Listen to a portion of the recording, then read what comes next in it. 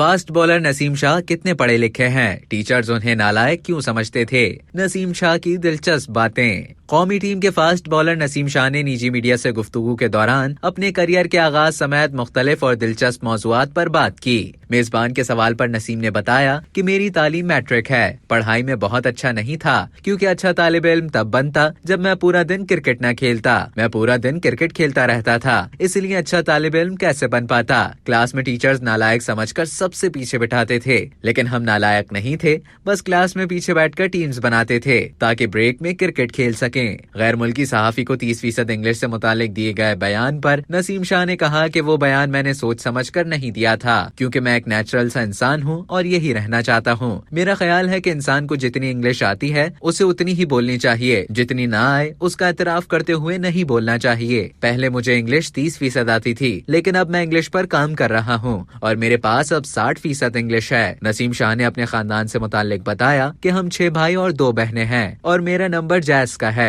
बादजा नसीम शाह हंस दिए और बताया कि मेरा नंबर 3 है। अब तक के लिए इतना ही। मजीद खबरों और न्यूज अपडेट्स के लिए डेली जंग के YouTube चैनल को सब्सक्राइब करें और फेसबुक के पेज को लाइक करना ना भूलें।